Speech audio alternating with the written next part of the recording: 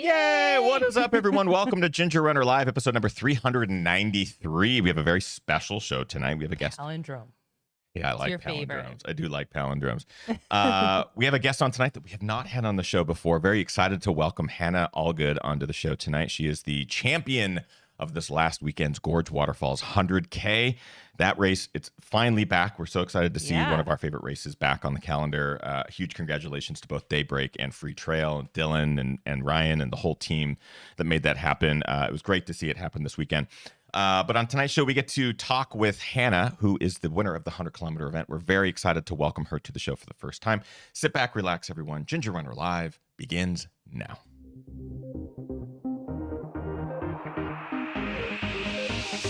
Ginger Runner. Yay! What is up, everyone? Welcome to Ginger Runner Live, episode number 393. Thank you for taking some time out of your busy Tuesdays to spend a little bit of it with us. Hi. Hi. Just, I guess, shaking off the rust from, it's been 24 hours since we were live, so Yeah. totally rusty. Really rusty. Very fun show tonight. We get to welcome a first-time guest to the show, Hannah Allgood. She Always is fun to have someone new. Yeah, it's always great to have someone new who hasn't been on the show. One, we get to kind of dig into different training processes, reasons behind this individual decided to take on the challenge that they undertook. But it's also cool to just see people from different walks of life and different states and traveling and kind of discussing all of that. Our guest tonight, who we'll introduce here in just a second, resides in Colorado, but just raced the Gorge Waterfalls 100-kilometer race that took place this last weekend after a multi-year hiatus due to, one, the pandemic, but two, wildfires that occurred in that region just east of Portland. The race, unfortunately, had to be canceled until it was brought back by Daybreak Racing and Free Trail, Dylan, who we had on the podcast very recently. And it took place this last weekend. The 100-kilometer and 50K took place. Our guest, Hannah, won the 100-kilometer, placing 5th overall, but won the damn thing. And we're super excited to have her on the show. We're going to chat about what it took to get that first coveted place spot, but also what it took to travel and to do all the training and preparation for this. So it should be a super fun episode. Now, before we introduce Hannah, of course, it's not just myself and our guest. We also have the wonderful, lovely Kim. Hi. Hi. How are you? Doing well. Good. Hi, everyone. Kim Tajima Newberry here, as always. If you're new, welcome. Say hi in the chat room. I am in there. There's lots of good chat happening. There's also already folks talking about that they have listened to Megan and David chat about Hannah and all the greatness that's coming. So that's very exciting. So yes, just a reminder, if you have questions, ask them in the chat. Big shout out to coaches Roaches, both David Roach and Megan Roach, who are our coaches. And we'll actually have David on the show next week. Yes. But Hannah is coached by them as well. And they were like, please, she is amazing. So go listen to their podcast. Pressure. Yeah, no pressure, Hannah. I know you can hear us talking, but no pressure. But we're very excited to have Hannah on the show tonight because she's already made a splash on the trail scene. Yeah. My prediction is get ready. Get ready because Hannah Allgood is going to be taking control. Again, no pressure. No pressure. Before we introduce our guest, as Kay mentioned, we are live. Bring those questions for Hannah in the chat. Of course, we love to have those. But we do have some individuals that we like to thank at the top of every Ginger Runner Live episode. It is because of them that we're able to do these weekly live shows in addition to our daily live streams called Daily Brew, our reviews, our films, everything. It is the GR crew. If you would like to join the GR crew, it's very easy. Head on over to patreon.com/thegingerrunner. All tiers get access to our after shows, which we'll be doing right after the show with Hannah, as well as some additional perks at the different tiers. And we would love to have you join the GR crew. It's an amazing global community of runners from everywhere, all walks of life. We love it. Two individuals in particular, Rick Bjarnason out of British Columbia and Brian Sands out of the United States. We love them both. They are both incredibly supportive, lovely individuals and ultra runners themselves. So shout out to those two gentlemen. We appreciate you both very much. Without further ado, I'd like to introduce our guest who's coming to us from, I believe, work after hours. We were very fortunate to be able to get her scheduled for today's show. But I believe she is still at work. So we're going to subtly... Let's find out. Hopefully be able to do the show kind of quiet. But our guest for the first time on the show, Hannah Allgood. Yay. Welcome. Hello, Hannah. Hey, I was actually just thinking at some time the cleaning crew might come in with vacuums. So like if I have to be like, hey, can we stop the vacuums? Because they're very sweet, but I always think of that because sometimes when I stay late, they just like open the door and they're like, oh, you're still here. So I mean, just worst warning. case, I'll throw some audio filters that Or we will can like just bring them on. Let's just bring them Yeah, on. We'll just do that. They're like, I don't even know who this is. It's fine. Well, first and foremost, a huge congratulations for winning Gorge 100k. It's not an easy race. The distance is tough. The terrain is tough. How do you feel now, just a couple days removed from your second 100k distance, and pushing the effort that hard?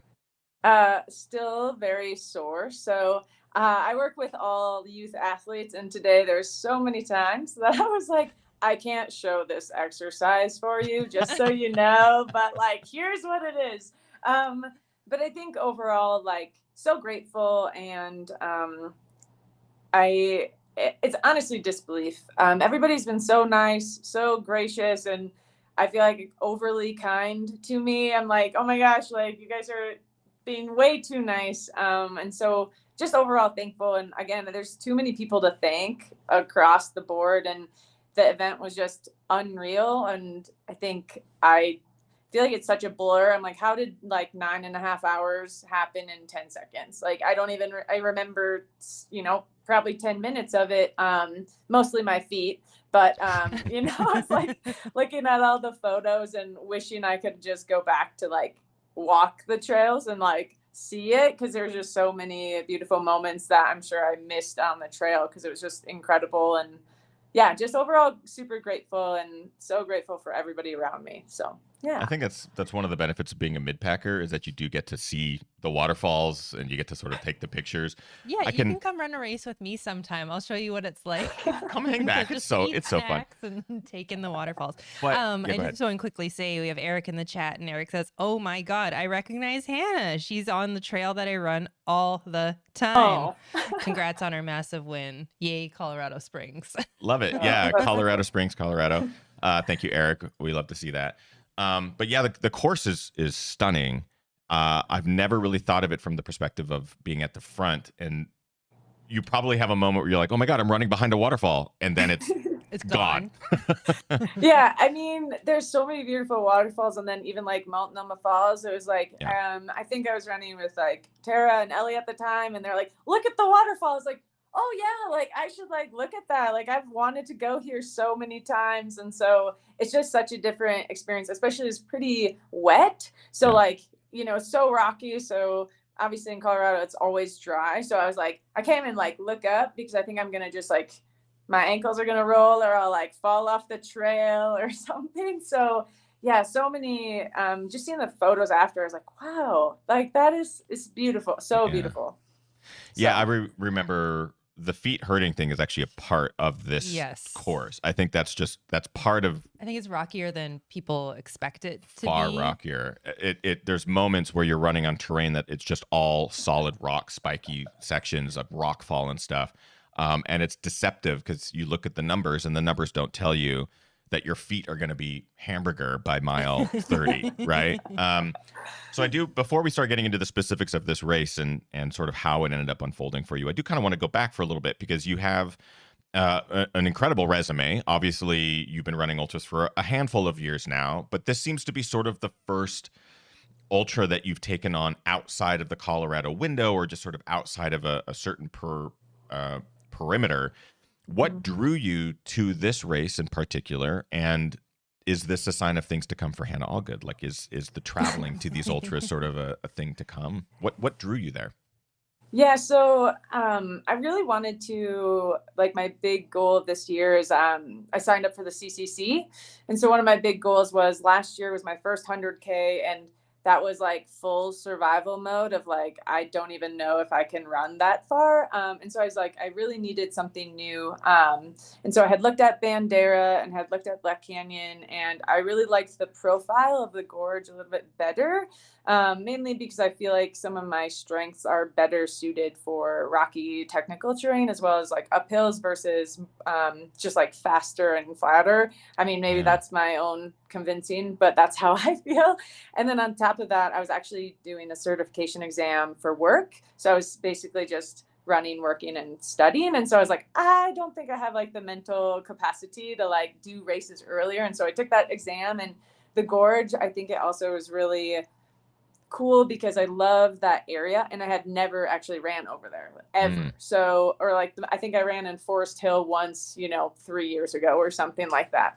And so that was what really drew me in. And then I think just seeing the opportunity of like, okay, like I need to take that next step. Like I'm scared, but I need to do this. Like if I don't ever do it, I won't ever know. Like if I just stay where I'm at. And so that was it. And then it just sold me on, well, I love the Pacific Northwest. I love this terrain. It's going to be something that I think is suited for my skills. And then it was obviously an added benefit, just like knowing how many great, amazing athletes were going to be there. And so it was like, well, you got to throw yourself in sometime. And so it's like, okay, we're going to just throw myself in and, well, hope for the best. So, yeah.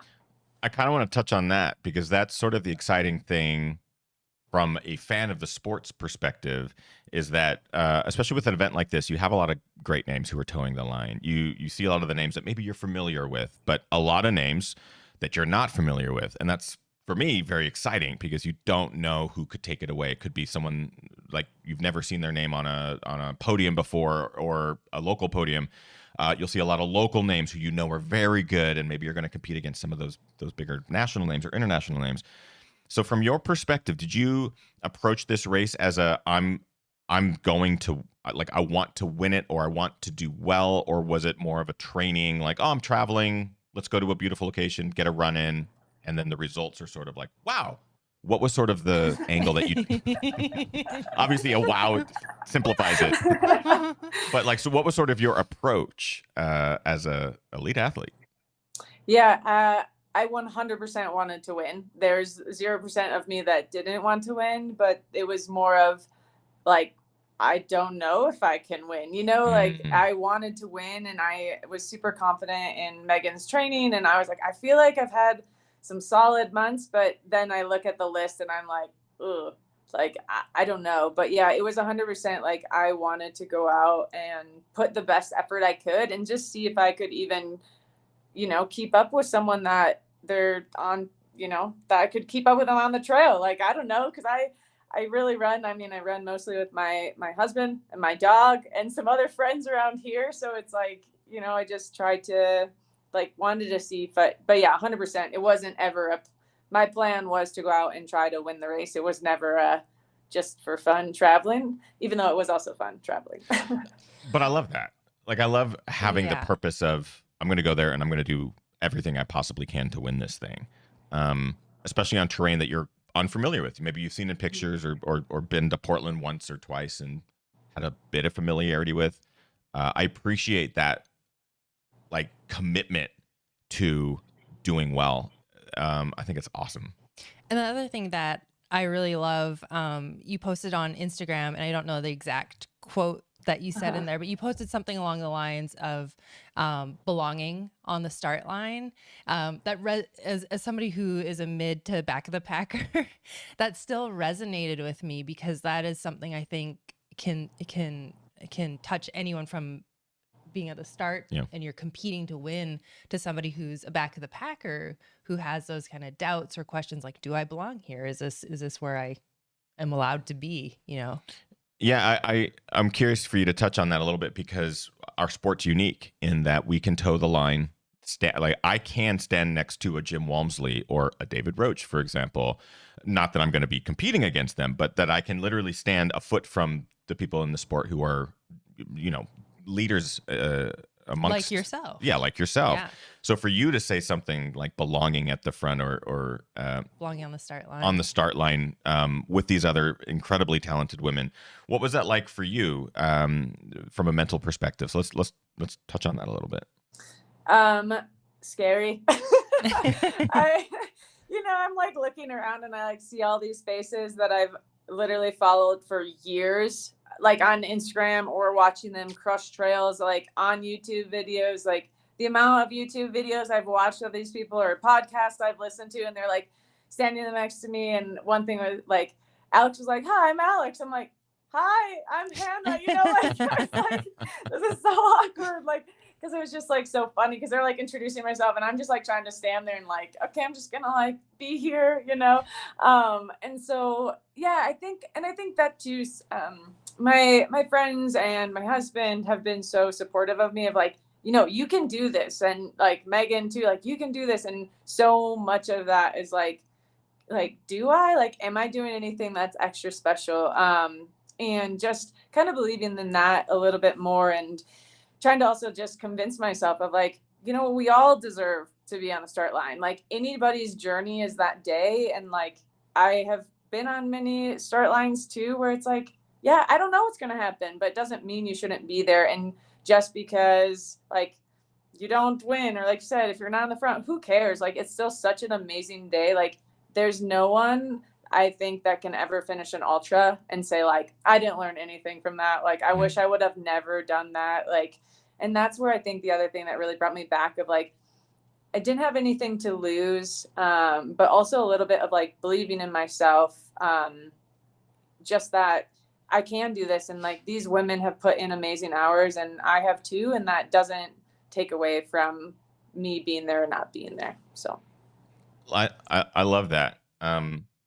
It kind of reminds me of conversations we've had on the show with other amazing athletes who kind of reference the idea of like, why not me? You know, like why not? Why is that day not Hannah's day? Because I think it's so easy for us to doubt ourselves, especially when you toe the start line and you look around, you go, oh, I'm a fan of these people.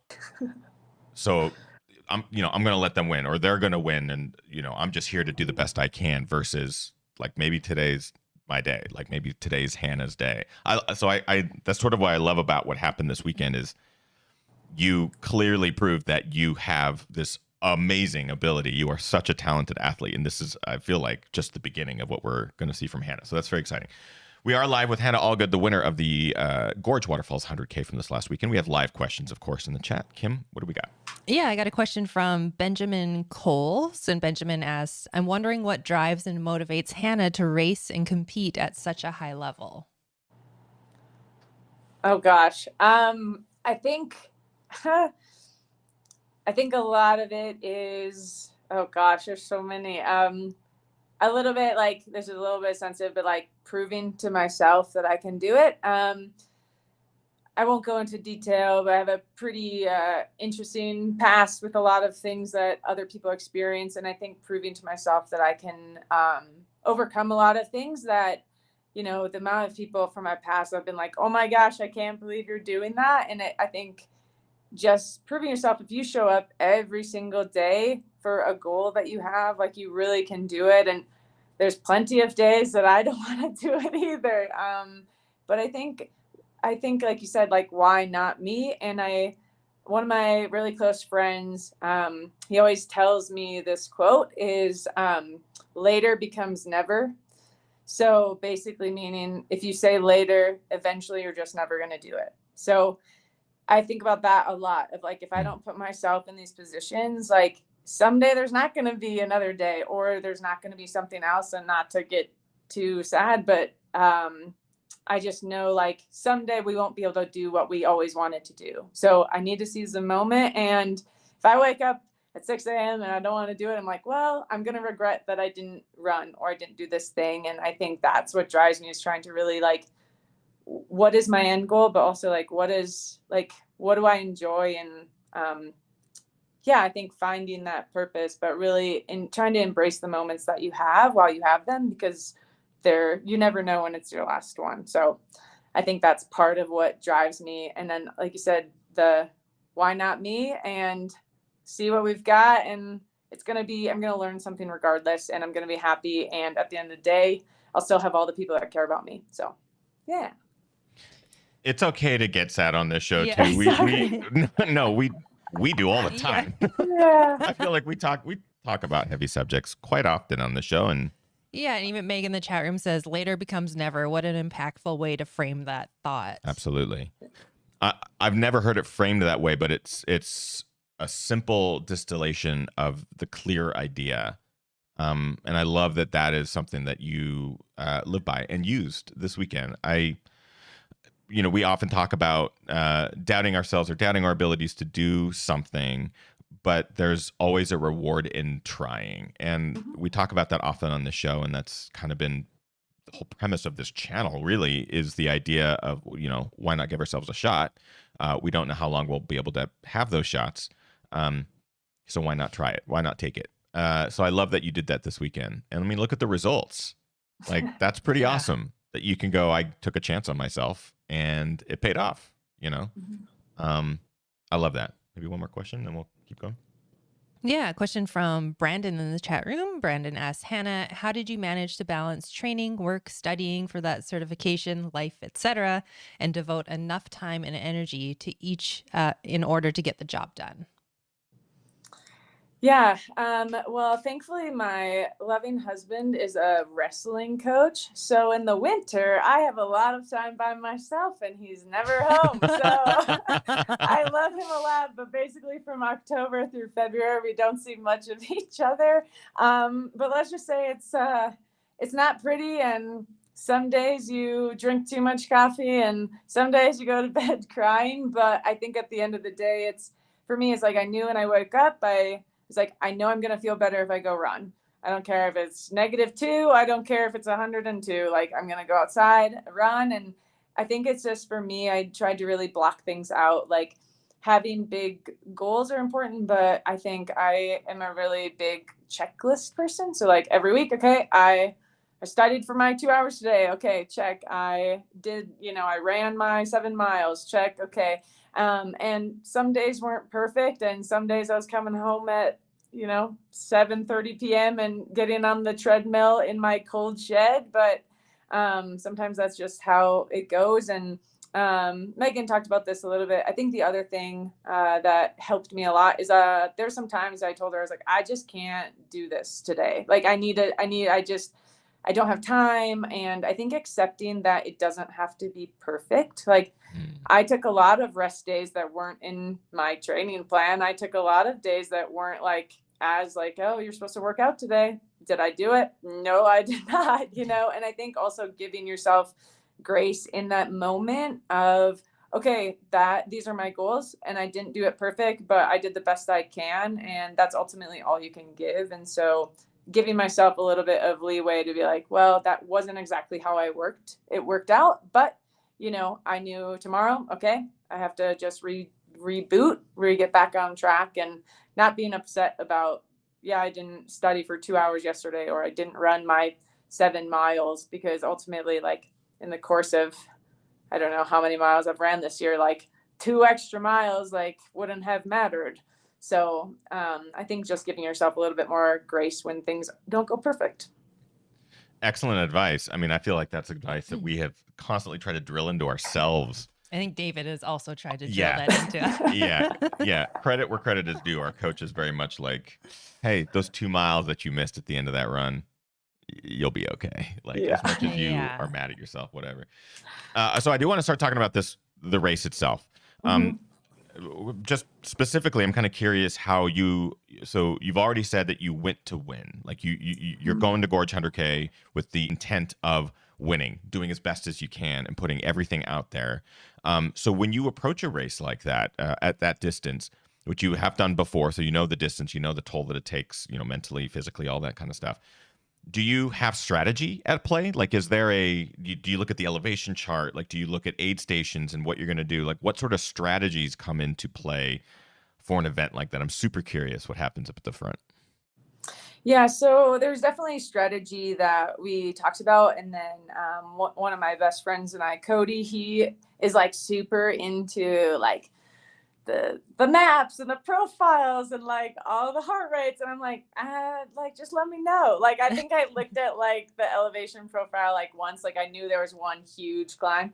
But like, so it was super helpful. So I can't remember exactly, but he used Garmin or something where it basically can estimate your, like if I want to run a 9-minute mile pace, it estimates it across the whole thing.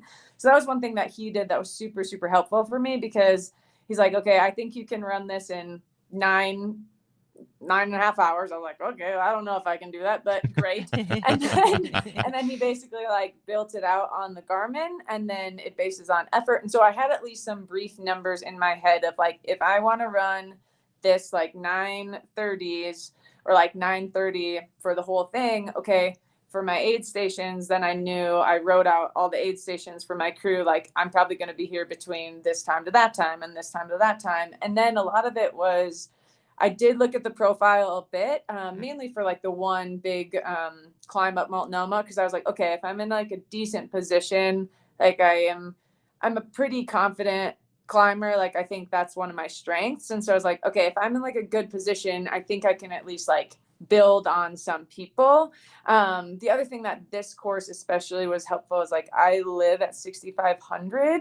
So going down to that was super, super helpful. Like, I felt significantly better, like just overall not having that altitude. But yeah, and then the strategy and the aid stations, I've been working a lot on nutrition.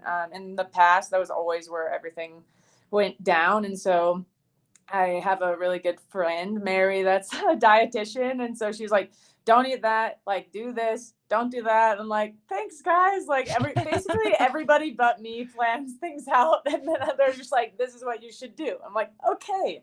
And so there's definitely plans in place of like what I could consume. I also knew like, I don't do really well after like 40 to 45 miles. It's really hard for me to eat stuff. So that was when I knew I was like, I have to front load this course. Like, I'm not going to want to eat when it's pitch black and 6 a.m. Right. But like, if I front load a lot of that nutrition, it can help me a lot later when I can only drink calories or things like that. So there's definitely a lot of strategy. But basically everybody else around me, that they're the behind the scenes strategic planners. And then I'm just like, great. Okay. So like, can you repeat that 10 more times so I can write it down on my paper so I can actually do it? But yeah, definitely a little bit strategy, but then also like the course is just so up and down, like constant. You're constantly up, you're constantly down. So I think that was something that I didn't spend too much time on the profile, because I knew we had one huge climb, and then I was like, there's no way I'm going to be able to memorize 60 miles of this of up and down. So it's more kind of using that kind of like Garmin setup that Cody used to like give me basic paces that I thought I could hit. And then, okay, this is like my goal times. And then that was kind of how we based it. Yep. Yeah, it actually seems like there was a lot of strategy at play, or at least a lot of planning and preparation. So then the question inevitably becomes, how much of that was executed on race day and how much had to be solved on the fly? Or were you able to knock it out of the park? Well, I think I looked at my watch more than any other individual. I was like, has 5 minutes gone past? Like, I need to eat in like 2 minutes. And like, so I honestly, I don't know if it would have maybe been like 10 to 15 degrees hotter. Who knows what would have happened? Sure. But I think it probably went as like smoothly as you could, except for one thing for anybody that's wondering: if you have a filter for water on your water bottle, do not put any sort of electrolyte in it, because I knew that was coming. I literally, because the night before, I'm like mixing all this stuff and like put it in the bottle. So I was like, oh, like maybe that filter. I was like, no, it's fine. Like, it'll be fine. So like literally the first 9 miles, I was like trying to drink I used UCAN and Morton, and nothing is coming out of this bottle, like literally nothing. God. So then I'm like unscrewing the bottle, and it's like everywhere. I'm like, I don't know, like this white substance is literally all over me. So there's a lot of things that, things are missed. I got lost. Like I took, like, it was lots of things worked in my favor, but there's definitely a lot of things that like people didn't see, because I didn't really say anything about it. I was like, everything's fine. Like, we're just going, like, keep going. So I kind of was convinced, like, if no one asks me how I'm doing, I can't tell them that my legs hurt or my feet hurt. And so, like, if you don't know that this bad thing happens, then I don't think about it. And then we can just, like, keep going. But yeah, so filter, don't ever do that. Don't use a filter water bottle with electrolytes. I was like, so stupid, but it's fine. I mean, you'll never do it again. Like, it's one of those things where you took this opportunity to learn a very quick lesson. I am super curious then, at the front of the pack, you are, going back and forth with a number of the women throughout the race who are, I mean, everyone's racing super hard and putting everything they can into it. This is all, I also feel like this is one of the first races in a while, maybe even up here in the Northwest, that really has people sort of back and excited for trail racing again. Like 2022 feels like the races are going to kind of come back to full capacity, and the excitement around them is going to be there and everything like that. So I just know that the energy was there. Were you running from the pack? Did you leapfrog a bunch? Like, how was the strategy at play there? We heard from a friend some of the strategy at the 50K and how, turning up the juice on all the climbs, like picking away and stuff like that. For you, what was that racing element like for the 100K? Yeah, so starting off, I was like in like the, I would say, second pack, because the first pack went off and two ladies were up there, and I was like, oh, that's just too fast. Like, I'm like, I could, but I probably would like not do well on that. And then I just really tried to pay attention to my own effort, like what I was doing. And then I kind of quickly realized that as much as like the uphills were helping me, I was pretty much just like flinging myself down the downhills. And that was really where it helped, is because I was like, I don't want to, if I don't slow down, one, my quads aren't going to die. But then two, like that's kind of where I think I noticed in the beginning when it was finally light, that people were kind of like more tiptoeing them. And I'm like, no, like, let's just go. Like, they're going to be slippery either way. So I may as well just like run across it.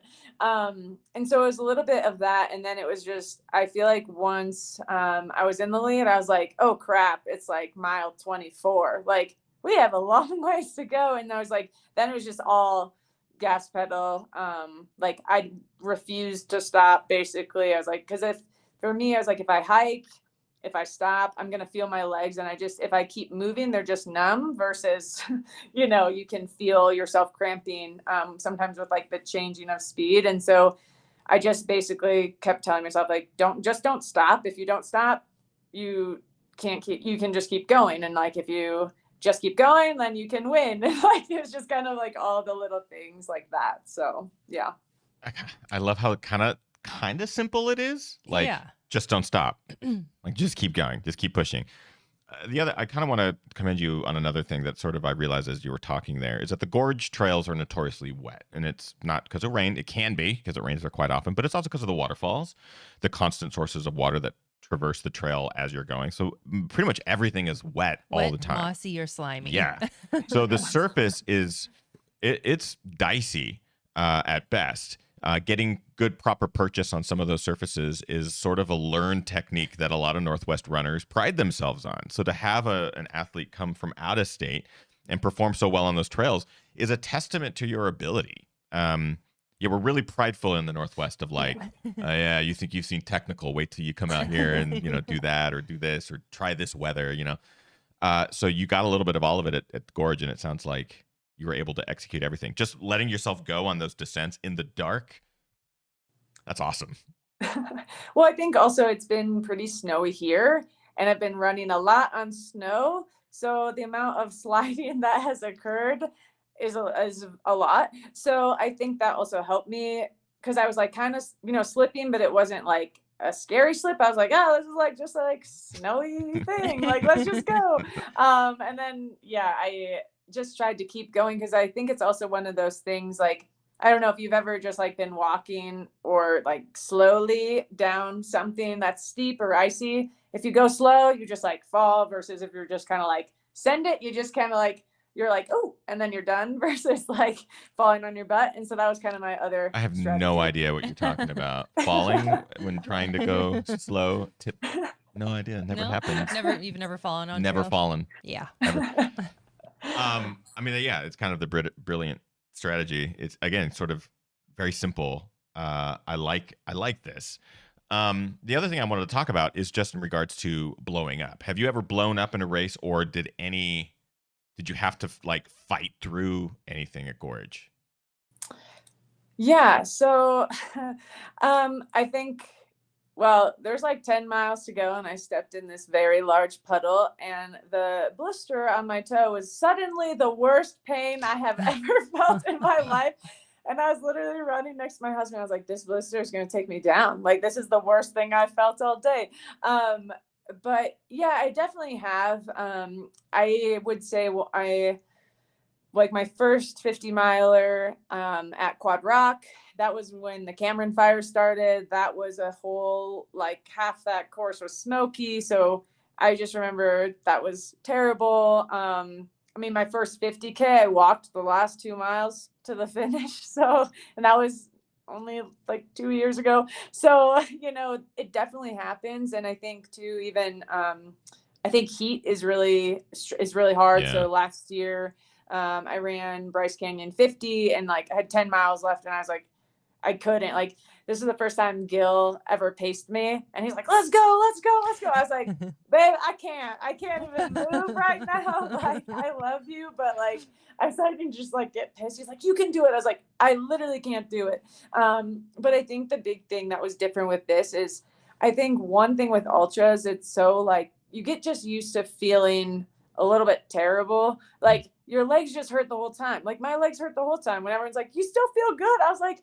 yeah, but I also feel terrible. Like, my legs don't feel good. And I would say this is probably the first race that I had the strongest nutrition. And I'm like fully convinced that that was like what kept me at bay. But I think the other thing is like for me, it was a mental state. Like, I didn't think about it because I knew once I thought about it, then I would notice it hurting. And like, that's not going to maybe always be how the way it is. But I think as soon as you like let yourself really feel how painful or like think about how painful it is. And then honestly, I was thinking about like Courtney Dauwalter, obviously the pain cave queen. I was like, this is part of your pain cave. That's what she says. Just, you know, keep digging.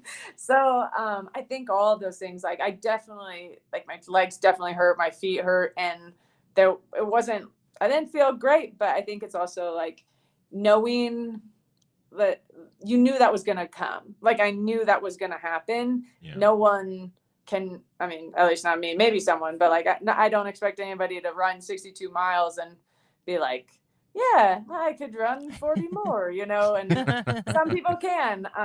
But I think it's just, I think I was more expecting to feel how I felt versus like, I knew that was going to happen. So being aware of like, okay, this is going to happen. What are you going to do when that happens? So, yeah, it's a really interesting sort of mental jog back and forth, right? Between how much do you give it power or empower it by like paying attention to it, and then how much are you able to sort of like just push through? I was curious about that because second time you've run a 100-kilometer distance, and there is sort of a difference between 50 and 62. I know that the mileage isn't that much, but there can be a pain cave difference. Like, you do have to dig a bit deeper. I know that the course is pretty gritty, taking its toll on the legs and stuff. So I was curious if you had low points that you had to push through, but I love just sort of the mentality of it. I do want to get to some of the live questions. You pulled a couple aside there. What do we got? And also, you can't go wrong channeling Courtney Dauwalter. I mean, anytime we get a chance to reference Courtney or chat about the pain cave, we do owe her. I was trying to think of some licensing. sort of like joke. Courtney's a really good joke teller. She's a great joke teller. Question from Tesminta in the chat. Tesminta says, Hannah, you said that your strength is more in technical terrain. In addition to getting out on trails regularly, do you do any other particular training to hone that skill?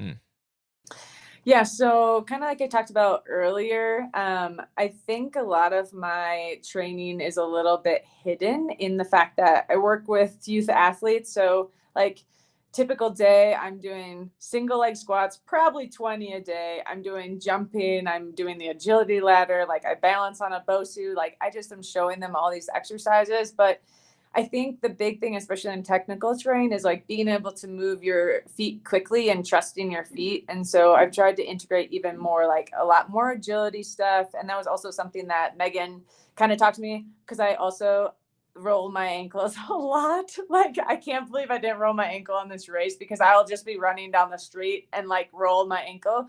But I really think like I've spent so much more time on a BOSU ball, like the black side, the blue side, like single leg squats, doing agility stuff. But I think I do a lot of that just kind of every single day and focusing, even this sounds like silly, but I'll just like stand on a foam pad by my desk on one foot. Like I'm just standing there typing my notes. So like I may as well do something.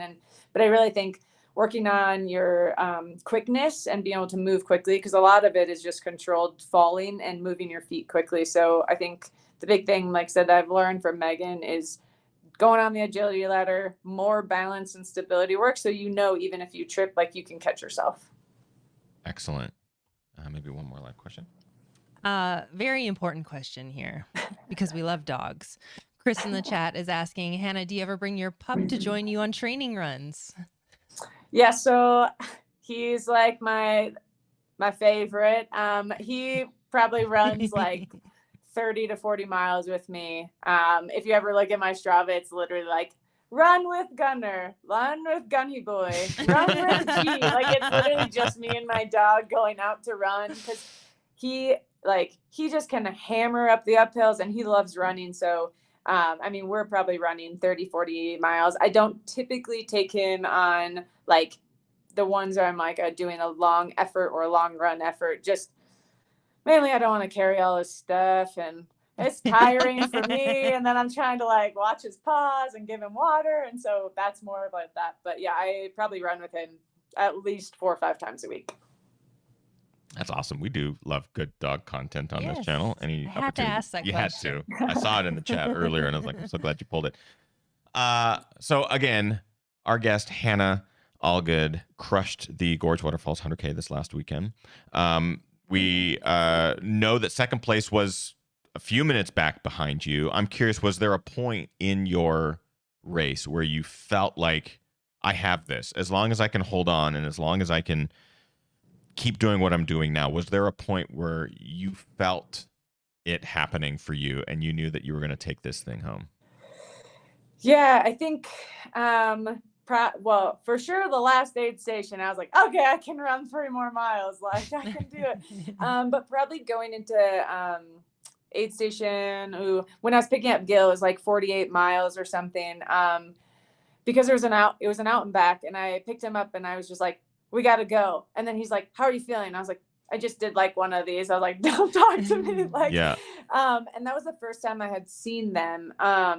And so I want to say early in the course, I can't remember exactly where, Leah Yingling was like, you got 10 minutes. But I feel like until I got to like that mile marker, like 49, and then I saw them. So I knew I had like 10 minutes there.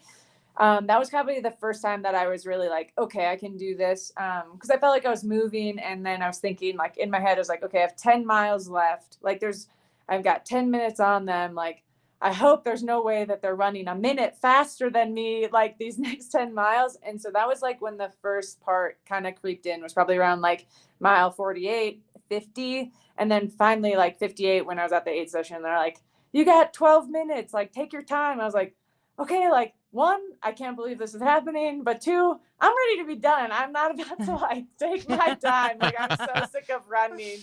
And it was kind of funny. I wish the live feed hadn't died with Zag, but we were running, and in Cascade Locks they have like an ice cream cone place, and one thing is I love ice cream, I love candy, I love all things dessert, and I was like, Zach, can I just like stop for an ice cream cone? And he was like, no, this is your moment. No ice cream. I was like, okay, fine. I'll get it after the race. But that was probably like finally, I think really with like a mile to go is really when I was like, this is happening. Because I think earlier on I wanted to believe that, but I was like, there's 20 miles, there's 15 miles, like anything could happen. I could slip off this. I could roll my ankle. And so I think I wanted to be confident, but also no race is done till the finish. So really until that, I was like, okay, I can see the finish line. Like this is happening, just because anything can happen. So yeah. Yeah, we've seen that happen so many times in ultra, especially when you start getting over the 50-mile distance. Like a lot can happen in those last 5-10 miles.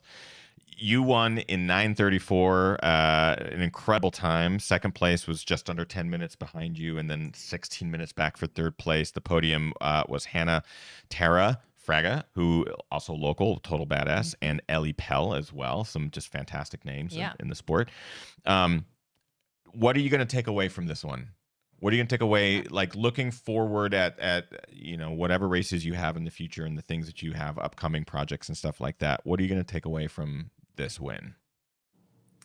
I think one thing I'm taking away is confidence in myself. Because I think truly a lot of the confidence going into this race was not self-motivated, it was just like my friends, and confidence in a sense of, I know I can do it. Do I know if I can do it today? Do I know that everything will go perfect like that race? Maybe not, but just like knowing that I can. And I think that having a little bit more confidence in myself to be like, I know I can put together a race. Will it happen every time? Maybe, probably not. But knowing that it has happened, and I hope it'll happen again. Hell yeah. We're huge Hannah Allgood fans. You obviously everyone speaks very kindly of you. David and Megan have just like, oh my God, Hannah's amazing. Screamed in our ears. Just screaming. But we're huge Hannah fans, so we can't wait to see what's next and how this all unfolds. You're definitely going to be a name and a person to watch and to follow this year.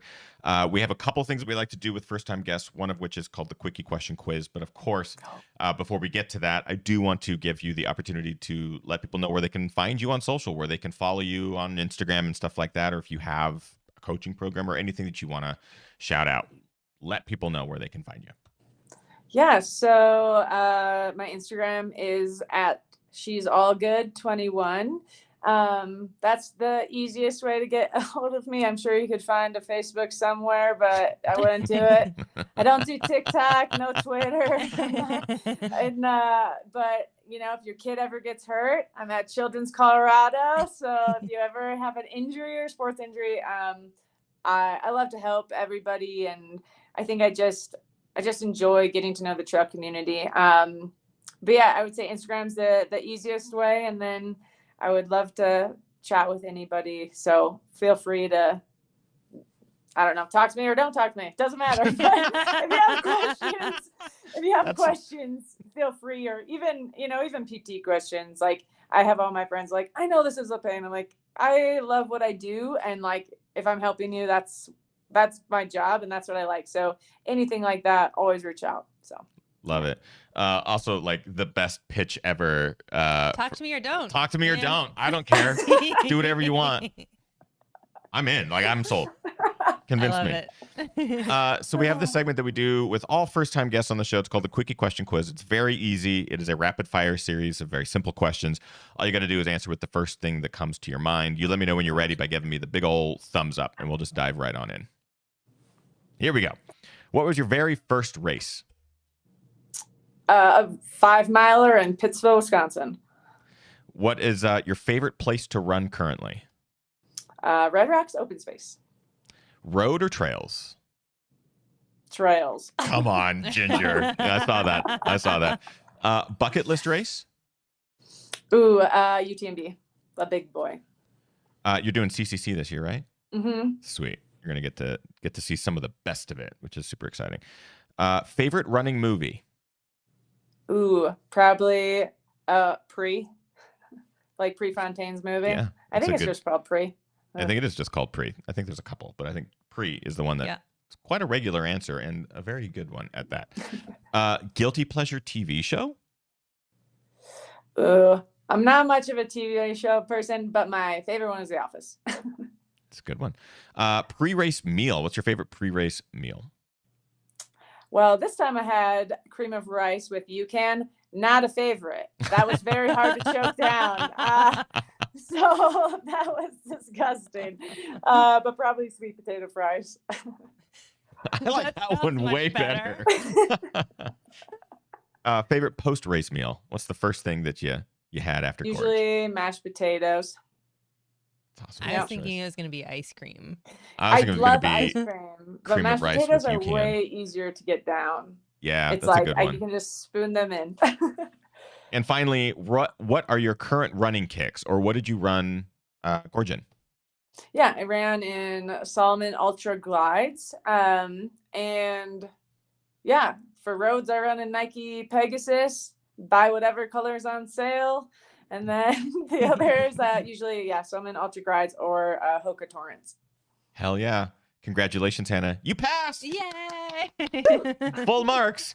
Our guest tonight has been Hannah Allgood. Just remind people the Instagram, Hannah. At She's Allgood 21. Fantastic. Absolutely loved Hannah on the show tonight. A huge congratulations to her and the entire podium at Gorge, both 100k and 50k this last weekend. Yes. On the men's podium, we did have David Laney just on the show. He was the men's victor. We had him on the show a couple weeks ago, so feel free to go check out that show. We talk a little bit about Gorge, but he's also going to be at Tiger Claw in a couple of weeks too, so we'll maybe have some on-course footage with him, which will be super fun. But that wraps up tonight's episode. We're going to move right into our after show with Hannah, so any residual questions from this show or for the after show, we'll ask as many as we can get to. If you'd like to join our after show, head on over to patreon.com/thegingerrunner. All tiers get access to tonight's after show, archived and future episodes as well, so it's super fun. But of course, before we wrap up the show, we like to recognize members of the community who go above and beyond. We call them our GR crew members of the week. Kim, who is this week's GR crew member? This week's GR crew member of the week is Michael Hilliard, and Michael completed their first Olympic triathlon this past weekend and fundraised over $2,500 for cancer cure, R&D, patient resources, and financial aid grants for patients who cannot afford treatment. That's amazing. So congratulations, Michael. I think Michael and his entire team raised a whopping $630,000. Dang. Which done. will go towards folks in the Pacific Northwest. Well done, Michael Hilliard. So glad that you are this week's GR crew member. Well done on everything that you did this weekend. That's amazing. And on the triathlon especially. Well done. That is going to wrap up our show, everyone. Thank you so much for tuning in. We hope you had a great time. We know we did. Go show Hannah some love on social. Thank her for being on the show and everything like that. She's going to be super fun to follow this year. We're going to move right into our after show. Get out there, train hard, race harder, and party the hardest. We'll see you guys next week. Thanks all. Bye. Bye.